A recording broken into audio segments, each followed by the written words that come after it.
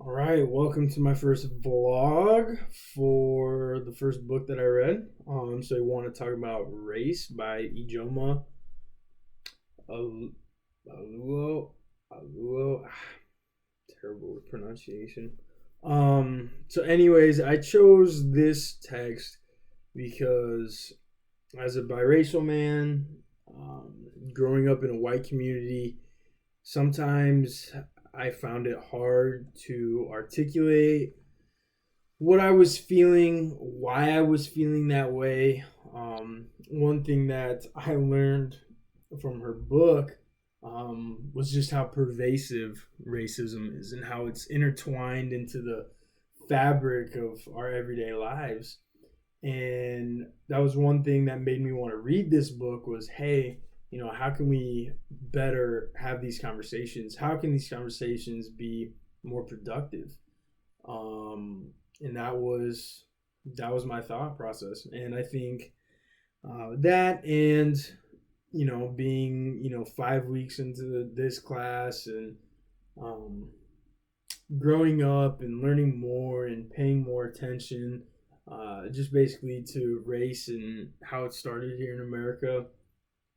I do feel like I have about a better foundation from which to speak to people who commit microaggressions, and they may not be ill-intended individuals. They may not be individuals with a heart full of hate, um, but nonetheless, they can still commit microaggressions. I can still commit microaggressions, and I have knowingly, well, not knowingly, but I have committed microaggressions before myself.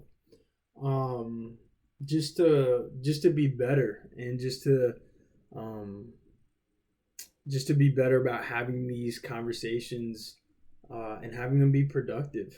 I guess that's really why I chose this text. Um, so I already mentioned one thing that I learned was just how pervasive racism is.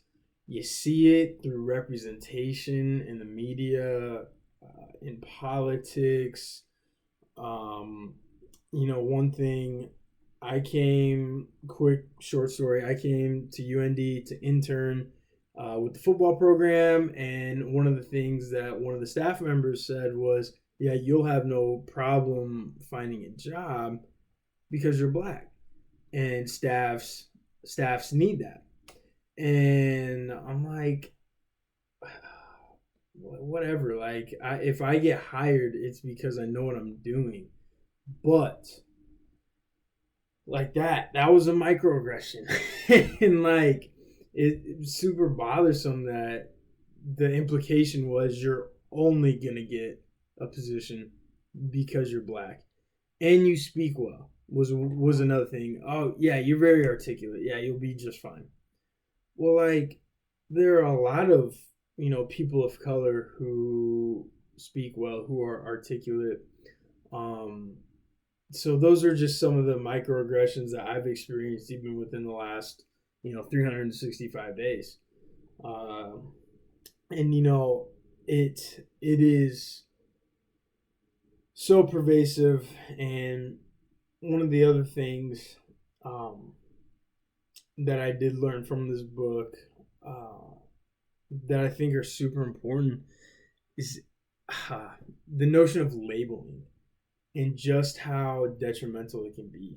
And just referring to Conrad in 2010, The Social Construct of Illness, uh, labeling is important to identify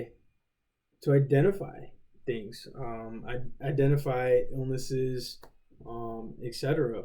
And I understand that it is important. Hey, this is colon cancer. So then there's already a framework from which to work for people who are going through colon cancer. But when this social construct of labeling applies to race and the fact that our country was built on uh, dehumanization and the disenfranchisement of people of color, it's when you label someone like that, that's it's detrimental. It's detrimental to those people belonging in those disenfranchised groups. Um, one thing that I frequently hear, oh, Native American, bet he's got a drinking problem. Well, what the hell? I mean, the white people, the colonizers come, and they totally remove these people from their lands, their traditions, and then they consolidate them onto reservations like they're doing them a favor. And then they try to get them to assimilate.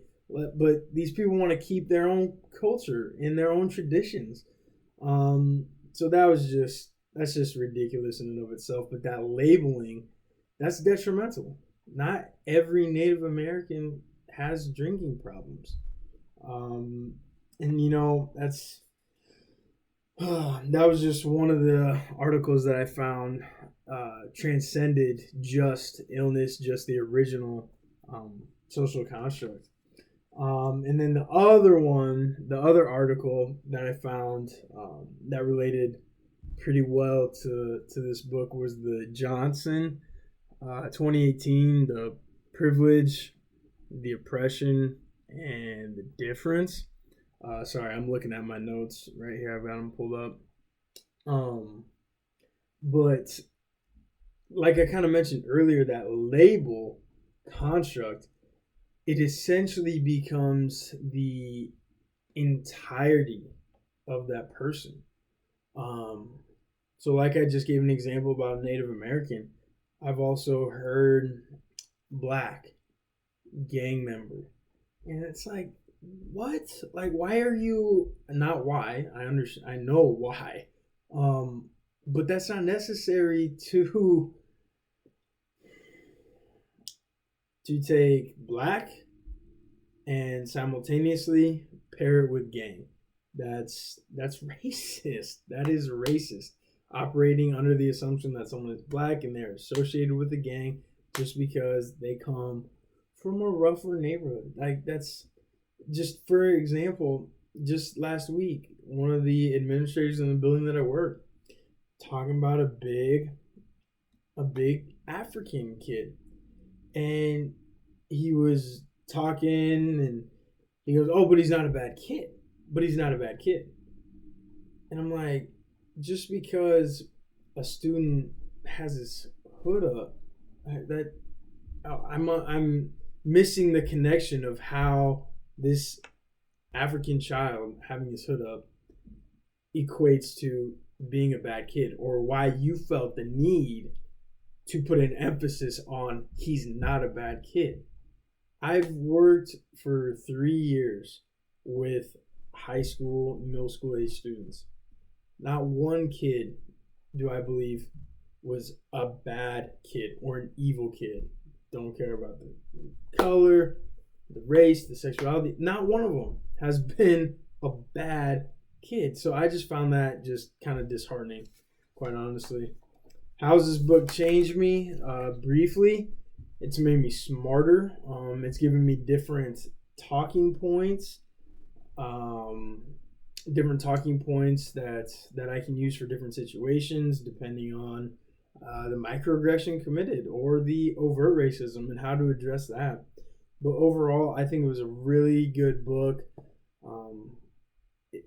as it pertains to next steps or how to respond to.